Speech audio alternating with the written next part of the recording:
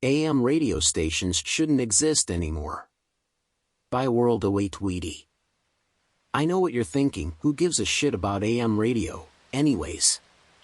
And up until a few months ago, I would have agreed with you. But then something happened. I think it was a weird feeling of morbid curiosity, beyond anything else. I've always loved the radio, and I still had a few local FM radio staples that I listened to frequently. It was almost like a ritual for me to settle down in my room in the evening, grab a drink, and put on some classic rock at 105.9 FM.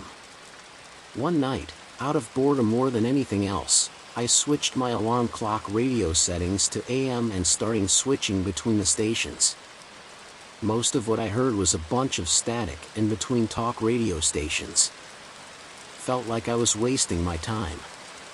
But I kept going, felt like if I tried hard enough, I could maybe find some sort of gem of a station. I turned the radio dial to its very fringes, and at the absolute edge of accessible AM channels, I started hearing a whisper in between the static. It took a few minutes to get the station quite right. It was so hard to hear clearly that it almost felt like the station was keeping itself hidden or something. But I was now there, listening intently to this weird, hidden, whispery station. "How do you have fun, stranger?" was the voice from the radio, whispered yet croaky. Strange. It felt like it was the start of a monologue, so I waited for a follow-up. Instead, silence for a minute. Then, well, the voice followed up. I laughed. It felt like this station was maybe all about playing a prank on the listener or something. Just to play along, I followed up with something stupid. "Getting late, I guess," I said half-jokingly at the radio. I knew it was a bit crazy, but I wanted to commit to the bit. About another minute of silence. And then, "Thank you for trusting me with your secret," came the voice from the radio. Huh. I kind of shrugged it off and thought "you're welcome" in my head, but I left it there. I kept listening after that, but it was a bunch of very incomprehensible whispering. Almost felt like it was in some sort of other language.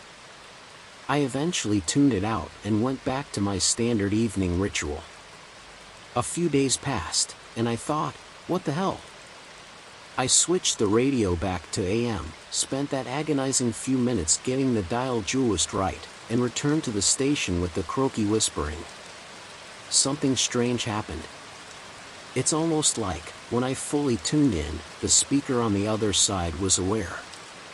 Almost immediately, he stopped his whispering, and there was silence coming from the radio. And then, "Hello friend, do you want to know how I have fun?" "What?" Yes, I'd love to know how you have fun," I said to my clock radio, more formally than I anticipated. Silence. Then, "Can I trust you with my secret?" the voice asked. I was still weirdly convinced this whole thing was pre-recorded or something.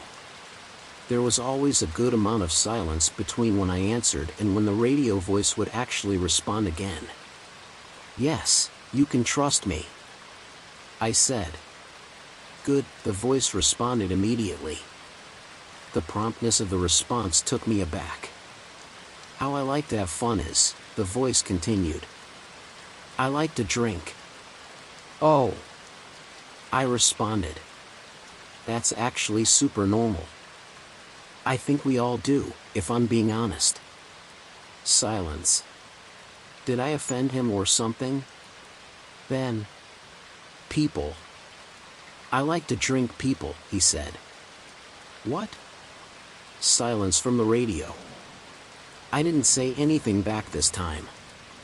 I just started wondering, what kind of AM station would be pulling a long-running horror bit like this? Just seemed weird. A few minutes passed. Still nothing but silence. I wanted to switch the station, but a part of me didn't feel comfortable making a move. Finally, he broke his silence. "My secret is safe with you, yes?" I couldn't muster up a response, so I just kind of nodded. "Thank you," he responded. I was tense. Thankfully, he switched over to his whispery gibberish after that. I let a few more minutes pass, and then I switched back to FM and called it a night. The experience was weird enough that I spent a lot of the next day Googling around for the names and details of all of my local AM stations. Turns out, there wasn't a recorded station anywhere near where I had taken my AM dial. I looked up some of the details of the station: low whispering in another language, an AM channel that asks for secrets, and likewise couldn't muster anything up. I did the mature thing, and decided to move on with my life. That was until 2 weeks ago. I came home drunk on a Friday night, and I felt curious. This time, I was armed with liquid courage. So I turned on my clock radio, switched to AM, and went to the fringes of the dial like I always used to. Something strange happened this time. The station was gone. I was sure of it. There was no low whispering, no familiar voice. Just a sea of static as I scrolled through. I started going back through prior AM stations, looking for any sort of familiar signal. I must have spent an hour doing this. Finally, I'd taken the dial all the way to the other end, the other fringe of stations. It was more of a last-ditch effort than anything else, and surprisingly enough, I heard that croaky whispering again in between all of the static. I hunkered down and honed in on the station until I was fully tuned in. There he was. Whispering. Faster than usual this time. I heard laughter between his whispers this time. It felt like this was a more energetic broadcast. It took him a few minutes this time to realize I was there. Slowly, his whispering dissipated. We were back in our silence together. I was able to have a drink. "You were?" I said back. Silence. "I'm grateful for those who keep secrets. Your trust allowed me to have fun," said the voice. "As your friend, I'd love to know more details," I said back.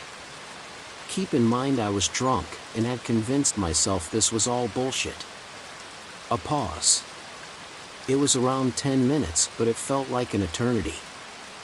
I'm pretty sure sober me would have switched stations at this point. But I was determined.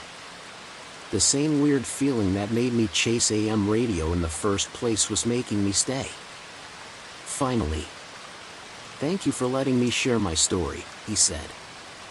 He wasn't whispering this time. The deep, rough croak in his voice was incredibly clear. It sounded otherworldly. I drank a family this time. A mother. And a son. He proceeded to give me details. Their names. Where they lived. How they tasted. In between my horror, I was able to scribble down some baseline details.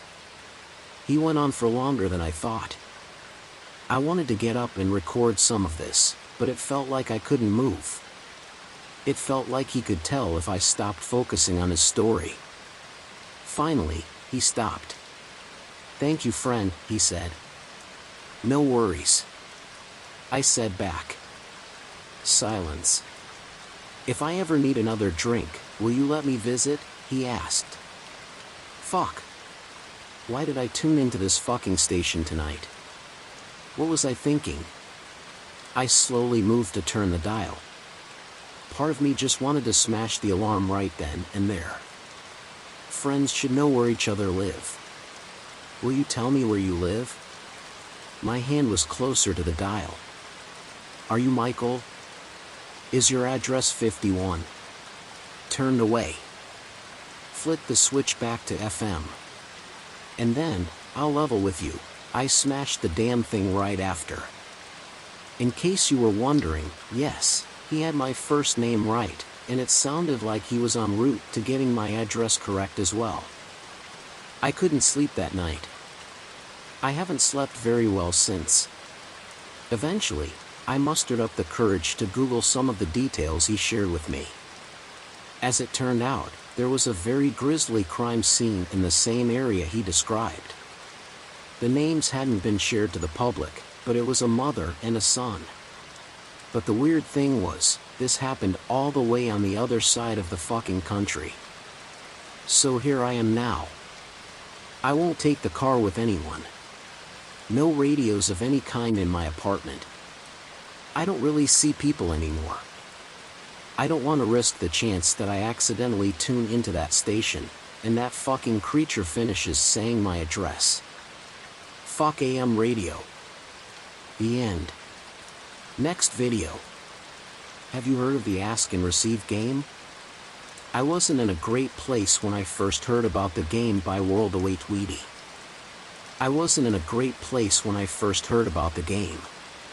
I'd just lost my boyfriend, soon-to-be husband, of 7 years.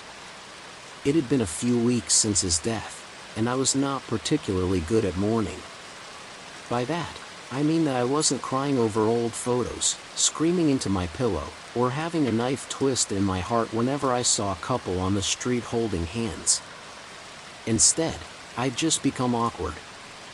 You know, staring blankly at trees for minutes at a time, or belly laughing when someone ahead of me in line at Chipotle fumbled to find their credit card. I still couldn't really internalize the fact that he was gone. I would, every now and then, turn to my left on the sofa to tell him a joke, only to be like, oh right, he's dead. How strange. Naturally, my friends were pretty worried about me. Rebecca and Leah had known Ryan as long as Leah had actually introduced us to him at a shindig she threw a near decade ago. Ryan was pretty much universally beloved by everyone in our group, and for good reason. He was compassionate, kind, thoughtful, smart, talented, you name it. Rebecca would often joke that scientists needed to figure out how to clone people so there'd be less douchebags and more Ryans in the dating pool, and Leah, cycling through a series of hot mess boyfriends, would always tease that she was speed running through serial monogamy to one day find a Ryan of her own. My life wasn't perfect, but my relationship was about as close to ideal as one could get. Ryan and I genuinely enjoyed each other's company, always communicated through all of our problems, and were excited about the future we were building together. And now, I was stranded. There's a lot I've been coming to terms with since his passing. The biggest thing is the fact that his behavior on the night of his death was, according to the police report, very uncharacteristic. He was coming home alone from a late night. He had a lot of alcohol in his system, extra confusing, as he was someone who seldom drank and had accidentally sped through a red light. Noticing that he was about to drive right into a pedestrian, he slammed on the brakes as hard as he could, not realizing that he hadn't fully secured his seatbelt, and then bam, head in the steering wheel, and Ryan was dead by the time he'd reached the hospital. Rebecca was the first person I was comfortable meeting with following his death. It was a pretty awkward conversation. Halfway through, she nervously decided to tell me that Ryan had been planning an elaborate proposal for me before the crash happened. I could tell she was hyper-fixated on my reaction as she broke the news. Would this piece of information warm my heart? Or break it? As it turns out, the answer was neither. As soon as she finished telling me, I changed the subject and enthusiastically told her about the news anchor I saw wearing a flamingo pattern tie on CNN last night. Google tells me this might be depersonalization. The weeks went on, with Rebecca and Leah employing different approaches to help me during this dissociated mourning period. Leah correctly deduced that it was probably best to give me some space as I worked through things. Rebecca, on the other hand, rattled off a laundry list of things for me to explore: meditation, journaling, trying a new therapist, all things I took a stab at. None of them helped, unfortunately. Finally, during a random coffee date between the three of us, with me now 2 months removed from Ryan's death, Rebecca pitched something different. It's called the Ask and Receive game, she started. It's super simple. You're gonna compose an email, and in it, you're going to write down 2 things. First, you're going to explain your current situation. Second, you're gonna describe how you want your situation to change. Who do we send it to? Leah asked. Rebecca pulled out her phone and texted our trio's group chat with the following email address, omitted. Once you've sent the note to this email address, said Rebecca, clearing her throat as she noticed that I was back to zoning out and staring at the coffee machines in the cafe. Seriously, coffee machines are so darn complicated looking. Once you've sent the email, she repeated, more sternly and looking straight at me, you'll be given a task to complete. If you successfully finish the task, your request will be fulfilled. But if you don't complete it... Rebecca trailed off on a pretty ominous note there. Enough to get my attention, anyways. Then you can't play the game anymore, she concluded. Oh. Not really a big deal. Rebecca continued. My friend told me about it a few weeks back, and apparently it's been working miracles for her, so I figured that we could at least give it a try. What do I say? I could tell that Leah, with her string of romantic failings, was probably open to giving it a go. As for myself, I nodded and tried my best to feign enthusiasm, more to appease Rebecca than anything else. The weeks carried on, and with it, my inability to feel anything what remained, despite my best efforts. Each evening was a mindless haze filled with wine, sad YouTube videos, and piss-poor attempts at blogging about my feelings. I was sick of it. And so, I thought, fuck it. Might as well try a new stupid thing. I sat down at my computer, opened up Gmail, pulled out my phone and checked the group chat thread to find the email address Rebecca had shared, and then tried my best to recall what the rules of the game were. 1. Write down your current situation. 2. Describe how you want it to change. 3. Get a task. 4. Do the task. 5. I don't remember this one. 6. Profit, that was it, right? I started typing. Subject, ask and receive game. Hi. My friend said it would be a good idea to contact you. My current situation, my boyfriend died a couple months back, and I'm in a weird haze where I don't really feel anything. How I want it to change, I want to start feeling again. Please let me know if you can help. Sincerely, Maya. And then I just sat there, staring at my inbox, a hodgepodge of songs I didn't care for playing off an auto-generated YouTube playlist in the background. Ping. Dang, that email came through pretty fast. I read the response. Good fortunes. Welcome to the Ask and Receive game. I acknowledge your loss. I acknowledge there may be strange feelings associated with your loss. You will be given a task below to help solve this problem. Your task, you must clean all of the windows in your house.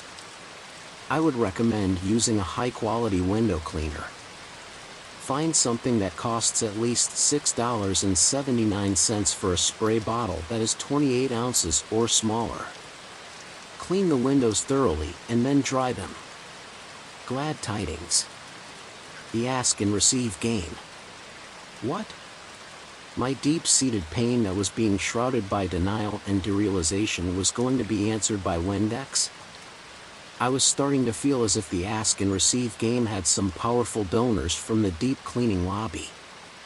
Disappointed, I went back to my mindless YouTube binge. It wasn't until a few days later, as I strolled through the shopping mart getting that week's groceries, that I found myself in an aisle with cleaning supplies. I what the fucked myself towards some window cleaner spray bottles, found something that fit within the parameters I remembered from the Ask and Receive game's email, and chucked it in my cart. I got home, and in realizing that I didn't have much else to do anyways, decided to jump right into window cleaning. The first few minutes were as boring as I'd anticipated. But then, something strange started happening to me. I could feel my feet on the ground. I mean, really feel them. I could feel my hands on the cloth. I could actually see the window in front of me getting clearer. Life felt real. Three-dimensional. I was actually here. I was actually present. And as this happened, I noticed something swelling up from within me. A glacier of tears had frozen over in my chest, and it was starting to melt. I was choking out, but I wasn't even sure why. As tears poured out, I tried to discern the emotion. Was it aching, sorrow, nostalgia, longing, loneliness, crippling fucking loneliness, or all of the above? I wasn't sure. But I let myself cry. And as I continued the task, moving from window to window, spray bottle in tow, I was able to successfully bawl my eyes out for 3 uninterrupted hours. The task was complete. I didn't feel great at all, but I was at least feeling. And with that, I realized without a shadow of a doubt, the game worked. It was a small breakthrough, but holy shit, I could finally actually miss Ryan. I could miss the hand-holding, the pointless arguments, confessions about our respective idiosyncrasies, doing absolutely nothing together. I had permission to miss him. When I next saw Rebecca and Leah, I didn't tell them that I'd started playing the game, but I think they could tell, by virtue of me being a bit more present, and a bit more wistful, that I'd at least started my journey of properly mourning Ryan. I'd almost completely forgotten about the game after that, until I saw a follow-up email in my inbox a few days later. Good fortunes. Well done on completing the task. Should you like, you can continue the ask and receive game. Glad tidings. The ask and receive game. HM. While a part of me felt like I should have been rattled that this game was very clearly showing signs of supernatural omniscience, I instead decided to bravely forge on, utilizing the only tool at my disposal that had helped shake me from my funk. I was ready to continue my journey of healing. And so, I responded to the email, saying, "Hi. I would like to continue the game. My current situation, I am now successfully mourning the loss of my partner. I am crying, feeling terrible, and moving through genuine grief. How I want it to change, I would like to take actions that will allow me to start feeling some happiness and hope. Thank you for the help. Sincerely, Maya." I sat at the computer again. A bit more anxious this time. A few minutes, and then... ping. The game had answered. Good fortunes. I acknowledge you are working through grief. I acknowledge you would like to start building a bridge towards a happier stage in your life as you progress through this mourning process. Your task, leave your place of residence no earlier than 2 a.m. tonight. Walk outside barefoot until you find a house that is under construction. Enter it. Once inside, locate a staircase and sit on it. Tell your departed partner everything you wish you could say. Speak it fully and hold nothing back. Once you're done, sit there for an additional 5 minutes. Then, return home. Glad tidings. The ask and receive game. Welp. This one was uncomfortable. I was secretly hoping that the answer this time around would be to build a shelf, or binge-watch The Ultimatum on Netflix or something. Instead, Ask and Receive decided to capitalize on the fact that I was feeling pretty detached without Ryan in my life. Indeed, my risk tolerance was up. And so, strange as it was, I waited until 2 a.m. and then I left my house, barefoot as requested. The logical part of my brain had the numbers 911 typed on my phone, so that I could immediately call the cops in case anything weird happened. I made my way down the street, opting to step on the crunchy grass wherever possible, avoiding the concrete. After 20 minutes of wandering, more walking than I would have liked, I found what I was looking for, the wooden, skeletal structure of a large house, the second floor incomplete, awaiting walls and ceilings. I squeaked through an opening in the orange construction fencing, ignoring the no trespassing signs, and maneuvered through the rickety structure. Eventually, I found a staircase in the middle of the incomplete home, a sort of stairway to nowhere, if you will. I sat on the second step, and started talking out loud. I can't remember everything I said. There was a lot of ugly crying. I told him I missed his dad jokes, that I missed the stupid noises he'd make when he was yawning. I missed seeing him offended and grumpy, and I missed that all it took to cheer him up was a kiss on the lips. I missed the feeling of him being asleep in the other room. I hated that he died alone. After an hour of saying anything and everything, I sat there. Slowly, a soft, comforting sensation crept in. It felt like a warm hug. It felt like somehow, inconceivably, he had heard me. His essence was still somewhere in the universe, waiting to be called on, and ready to be plucked right out of the sky. I made my barefoot trek home, smiling, red-in eyes the entire way. I was bringing something back with me. Hope. Lightness. Happiness. When I next saw my friends, I decided to confess to them that I'd been playing the game. Both of them were thrilled. Leah was over the moon at the fact that I was finally starting to meaningfully move on from Ryan, and Rebecca was thrilled that a piece of unsolicited advice she'd shared with me had actually worked. Both were experiencing their own successes with the game. Rebecca was looking to get a promotion at work, and so the ask and receive game told her to go to a salsa dance class and make an absolute fool of herself. She did, and a week later, she went from coordinator to manager. Leah, looking to quell her predilection for jumping into train wreck relationships, was told to go on a meditation retreat and look inwards to better understand herself. She did, and she returned a new and improved Leah, one who wanted to take her time to find her partner for life. Hope was in the air. I continued playing the ask and receive game, now with a razor-sharp focus on moving beyond grief, and towards things like self-love, confidence, new hobbies, and success in life. I was given tasks like plant flowers and watch them grow. Go to a restaurant and order the most unappealing item on the menu. Walk down a busy street and belt out your favorite song. All of which, through a cause and effect relationship that still remains a bit unclear, lead me to getting my own darn promotion, discovering new interests I never knew I would fall in love with, Scrabble, anyone, and an overall renewed sense of excitement about the world. Ask and receive was batting 100% when it came to improving my life, and so, I embraced every task I was given, as weird or embarrassing as it may have been. But still, there was something missing. Now armed with complete faith in the supernatural, and in the existence of things that stretched way beyond human understanding, a tantalizing thought started coming to my mind. The sensation I felt that night at the construction house, when I spoke out to the universe, and felt that cosmic hug, had been the happiest I'd felt since I lost him. And as much as Leah and Rebecca were urging me to enter the dating scene again, I knew my heart was still tied to him. And so, I embraced the sacrilegious and near impossible thought floating in the back of my mind: could this game somehow bring Ryan back to life? As the days ticked on, this question became the only thing I ever thought about.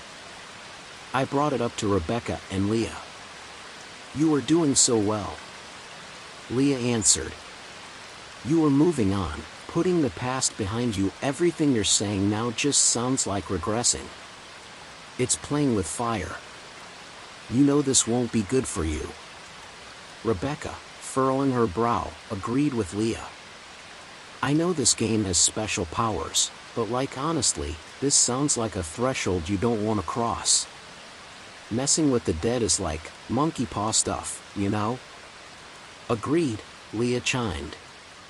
Ryan's been gone for months now.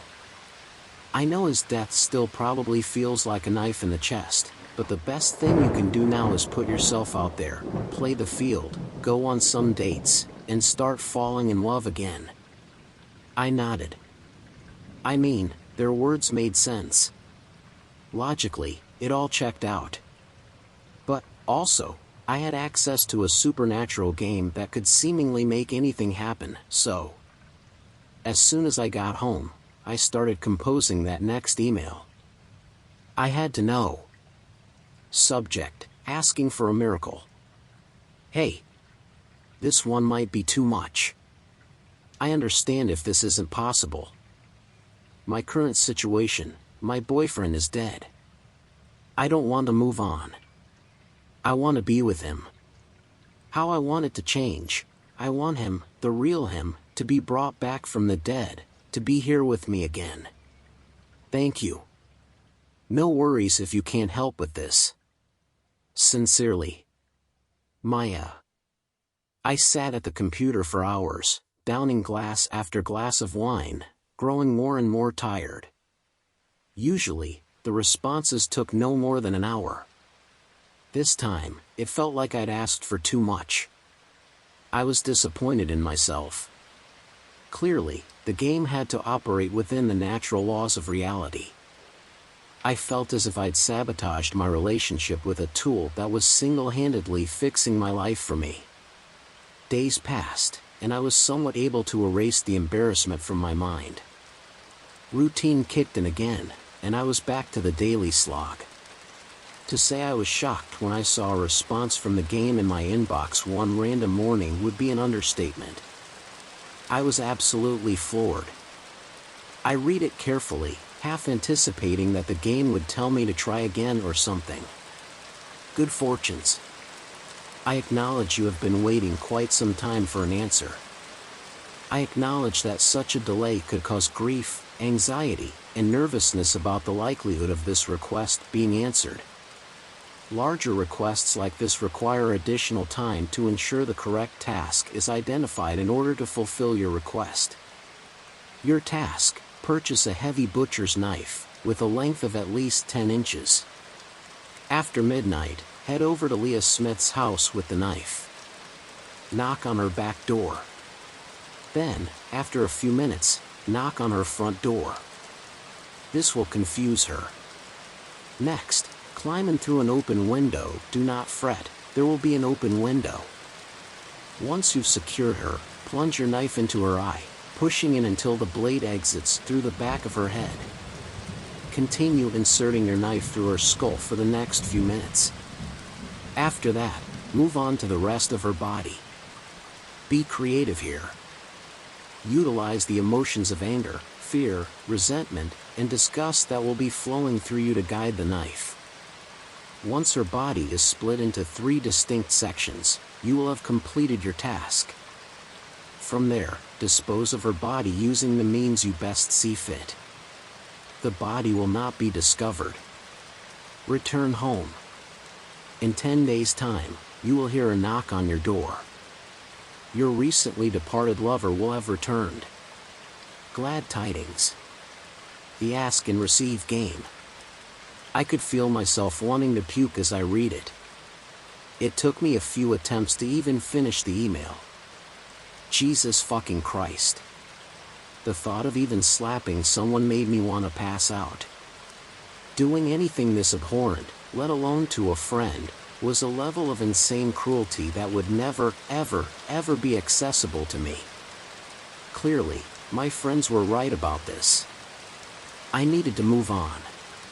Bringing someone back from the dead required one hell of a disgusting payment that I wasn't willing to make. I let the email sit in my inbox. I didn't respond. The ask and receive game was over for me. Well aware that this strange, unknown force could make just about anything happen, I decided that I'd had my fill.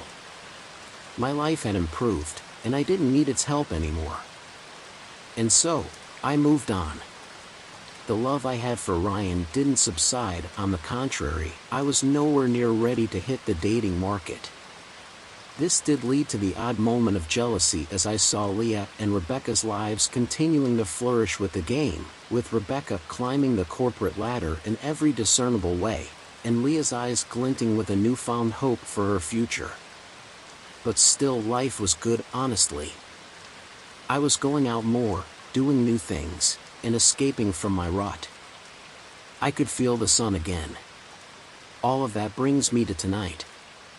Rebecca decided to throw an impromptu girls' night, and feeling extra open today, I decided to swing by. She'd invited a few of our mutual friends, though Leah, the biggest party animal among us, was inconspicuously missing. I'd love to say that it was a wonderful party. It wasn't.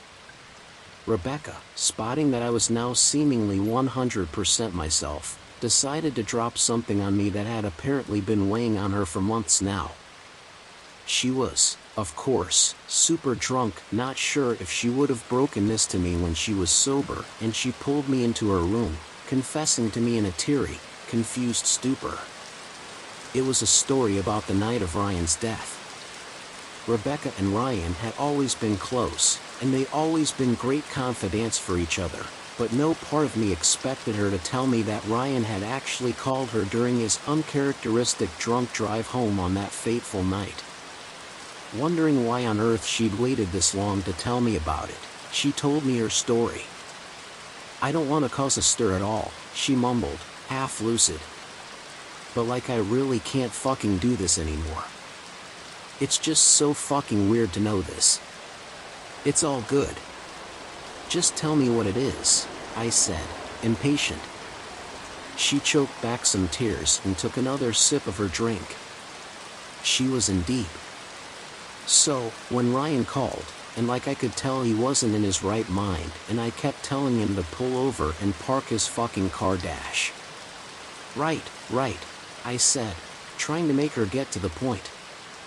"He was actually coming back from Leah's place. She'd invited him over, told him she was throwing a surprise shindig, and told him that she wanted his help to set everything up.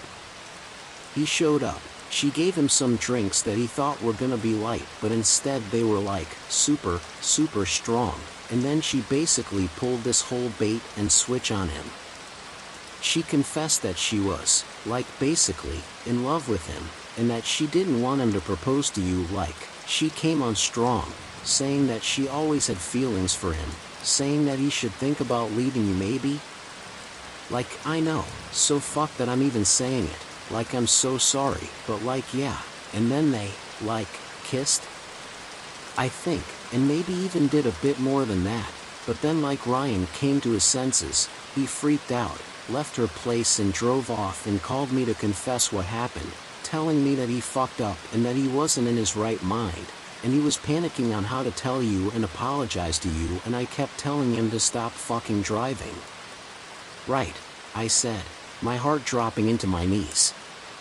And then he hung up, and I'm pretty sure it was only a few minutes later that he crashed, and I'm so sorry, and like, I don't want to create any shit now, I don't fucking know, you know? And as the shock crept in, it was only Rebecca who cried. I held her. I told her a comforting lie. "It's all good," I said. "Leah already told me. She confessed right after the crash." "Oh, thank God," said Rebecca, continuing to cry into me. I went home shortly after. I made up a half-baked excuse, grabbed an Uber, and stewed in fury the entire way until I reached my house. I felt torn. Betrayed. Absolutely livid. I sat in my living room, one half a raging volcano, the other half a sea of heartbreak. I knew that Leah had known Ryan before all of us, and that was the one that introduced me to him. I knew all about her troubles with love and how highly she thought of him. I even learned to ignore her awkward passes at Ryan that she'd disguised as jokes, and all of the times she'd say that she just needed to find a Ryan of her own. But this was beyond her. I never on earth thought she'd pull something as gross as this. I never thought that she'd be part of the reason that Ryan was gone now. And so, even though it was after midnight, I was resolute. I was going to call her, and I was going to tell her exactly how I felt. I heard a knock at my back door. What the? As the minutes passed, and I tried to process whether I'd hallucinated the sound, I heard a knock on my front door. No, you can't be fucking serious. Panicking, I checked out the windows on the top floor of my house, all polished. They seemed to be closed. What the actual? More knocks on my front door. I ran into my room. I dialed 911, but the call wouldn't go through. I tried again and again, nothing. Petrified, I grabbed my laptop, and in a confused, hazy panic, I wrote an email to the Ask and Receive game. Subject: help. My current situation, I think someone's trying to kill me. How I want it to change. I want to survive and escape. Sent. After seconds of my rapid breathing, I received a response. Hello. I acknowledge your concern. Unfortunately, as you were unable to complete your previous task, you cannot play the game anymore. Moreover, the Ask and Receive game cannot interfere with the completion of an active task. Deepest condolences. The Ask and Receive game. Active task? I heard a grunt, paired with the sound of my downstairs window getting forced open. The sound of what I believe was a large knife, held in a free hand, scraping against the wall. A familiar voice, but one I was now hearing in a completely different context. Leah. She's breathing heavily. She's prying open my window. Fear and panic are filling up my soul, as I watch text message after subsequent text message fail to go through. I can't believe it. This journal, which I started writing as part of my recovery journey after Ryan's death, might be ending sooner than I'd ever imagined. I pray that it somehow reaches the outside world. As much as I want to fight it, the sad truth is that I'm scared. I'm petrified. The Ask and Receive game always seems to win. And now, I feel as present as I've ever felt. Life feels real. Three-dimensional. I'm actually here. Fuck. The steps are creeping up the stairs now. I can't believe Leah's going to be the one who brings Ryan back to life. The end. Next story. 4 years ago, Thanksgiving killed my colleagues. It almost killed me too. Posted by Trash_Tia. I noticed it in small things. Foggy windows, a dead ladybug on the ground, and our milk kept spoiling. 2 men in black came in, ordered 4 coffees, and then left without taking them. When I asked where they were, my colleagues looked at me like I'd lost my mind. But it was when Kai twisted to me, his expression panicked, that was when I started really noticing it. Kai was a newbie, and I was still trying to figure out why he's chosen a coffee store as a job. You would think he'd pick a job at a library, or somewhere less stressful. Kai was the epitome of stress itself, and just looking at him made me feel jittery, like I wasn't doing enough with my hands. Do you guys smell gas? Kai said, eyes cartoon wide, and I shot him a glare. Announcing at the top of his lungs that he could smell gas really wasn't a good look for us. Kai was carrying a tray of donuts, and I could see each of them shaking along with him. Elena glided past him with a chuckle, sticking out her hand to stabilize the tray. 2 years older than the rest of us, and the girl treated us like little kids.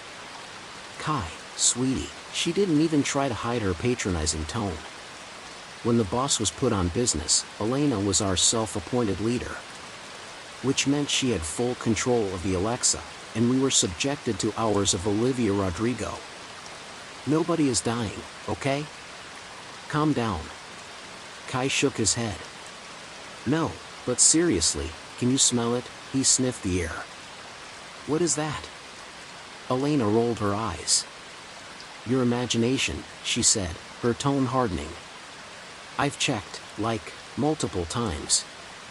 There's no freaky gas smell. Another colleague, Casper, a broad-shouldered college football player, shoved him playfully. Originally from Australia, this guy's accent was too much on a Thursday morning. Casper had too much energy and was one hell of a control freak. I could sense his smile was a little too wide because we weren't all working at the speed of light. My colleague, however, was.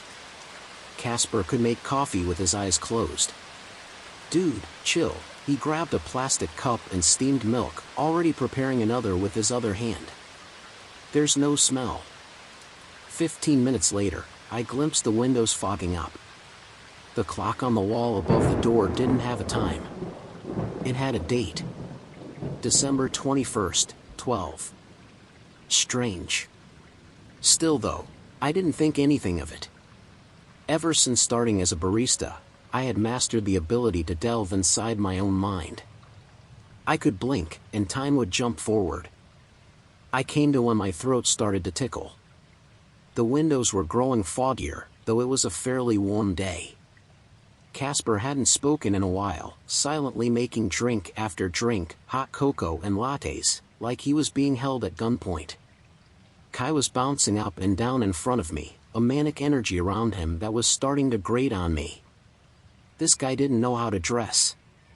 His apron was backwards, a mess of curls and wide eyes. I didn't blame him. The lunch rush was an introvert's nightmare. Caramel macchiato, Kai hissed out of breath, for, any day now. I snapped. Something pricked me, and I flinched slightly. I didn't realize I was digging the nib of my marker into my thumb. There was a tiny blot of red, blossoming blood growing in the center of my palm. After frowning at it for a moment, I licked it clean. Only for another blot to appear, this time larger. Ignoring it, I turned my attention to Kai when Casper snapped at me to focus. Jamie, quit daydreaming, all right? Orders, now. Got it. I said back, half sarcastically. Well, we have customers. Snap out of it. Kai jumped. He didn't like it when Casper yelled. I don't think anyone did. Something about his accent alleviated his voice. Kai flipped through his notebook, hands trembling. I glimpsed a sheen of sweat glittering on his forehead. He was shaking. And not the normal Kai freaking out shaking we had all come to know. The guy could barely hold his notebook. Thanksgiving, he said through a sharp breath. For table 2. What?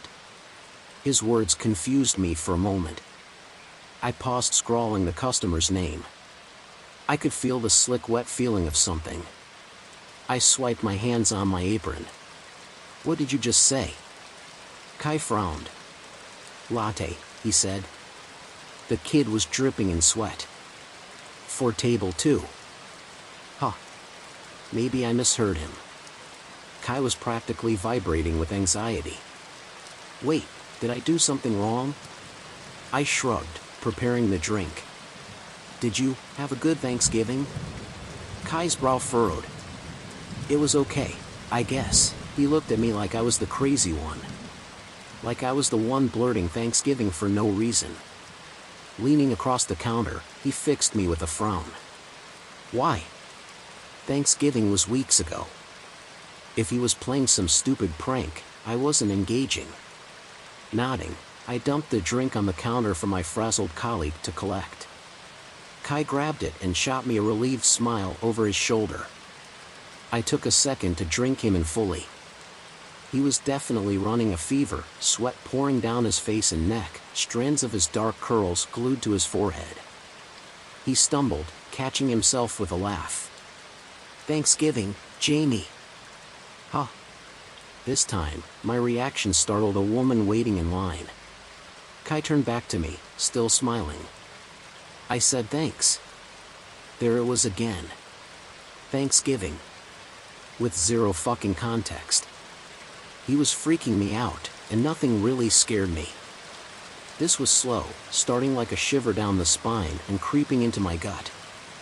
I could feel it paralyzing me to the spot, too scared to look at the boy. It wasn't just Kai himself who was scaring me. The way he was moving, pausing and restarting, like I was playing a video game. Maybe I was tired. I swiped at my eyes, and he was right in front of my face. Thanksgiving? I shook my head, my own words slurring. Kai had drawn a smiley on his cheek. Why do you keep saying that? Saying what? Kai surprised me with a laugh. I said, can I go get milk from the storeroom? Was Kai crying? Oh, right. I was sweating, my face hot to the touch. Yeah. Sure. I kept working, swiping at my own clammy forehead. I could no longer see out of the windows. The store was quickly filling up, customers screaming their orders at us. I did as I was told, taking orders and making drinks. But at some point, something started to twist in the air. Jamie, Casper poured steaming milk over himself, unblinking. He didn't even blink. That milk was at boiling temperature. I could see his skin bubbling.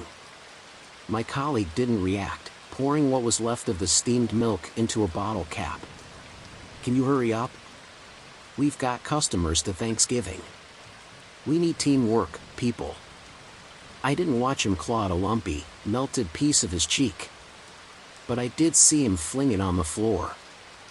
I made coffee, my head growing lighter, my thoughts starting to grow thick and heavy. I need to get out. But I couldn't move.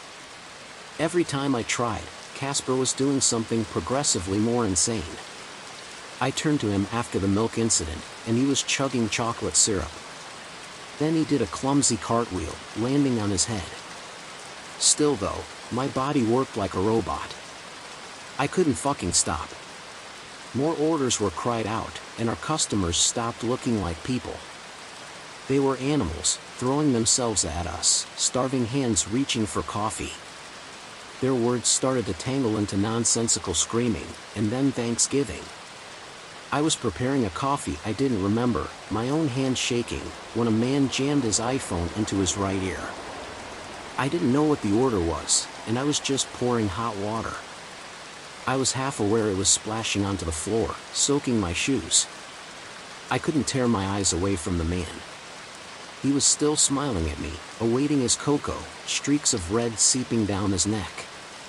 There was something pulpy, a mass of fleshy red, dripping from his ear. Something snapped inside of me, but my body wouldn't stop. I plunked down a drink when the woman awaiting her latte plunged her fingers into her own eyes, lips splitting into a manic grin.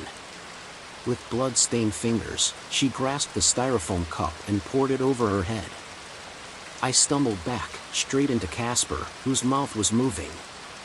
But I couldn't hear him. My head spun. I blinked. Casper was in front of me, screaming in my face, his fingers tangled with the glistening, pulpy mass of his own vocal cords. His apron was splattered red. I didn't see the knife in his hand. He grabbed me, his lips stretching into a wide grin. I couldn't tell what he was saying, or trying to say, choking through mutilated lips. Thanksgiving. Casper was mouthing, along with the sudden laughing, screeching horde flattening each other, tearing at their own faces, clawing their flesh from bone. It was both horrific and beautiful in my vastly deteriorating mind. I felt it like a virus leaching into my meat of me, bugs carving their tiny, skittering legs into my skull. Suddenly, my colleague waterboarding himself with milk was funny. Casper dove onto the counter, and I watched him, my vision blurring in and out of clarity. There was a man in a hat outside the window. I blinked. Casper did a somersault into the crowd, whose words were hitting me in waves. Elena was stumbling behind me, pulling out her intestines, tangling them on her fingers. I didn't even see her guts hanging out. I didn't see her slice into her stomach. I just saw her, a confusing blur of gore, spiraling. Spitting blood, she giggled, doing a pirouette. Elena was a great dancer. I found myself gleefully clapping my hands. Asterisk Thanksgiving. Elena slipped in pooling red, joining hands with Casper. Thanksgiving. My own trembling fingers crept toward the silverware drawer, skimming over silver blades blurring into one. Thanksgiving. I dragged the blade across my cheek, and then into my own mouth, hysterical giggles escaping in a fountain of red.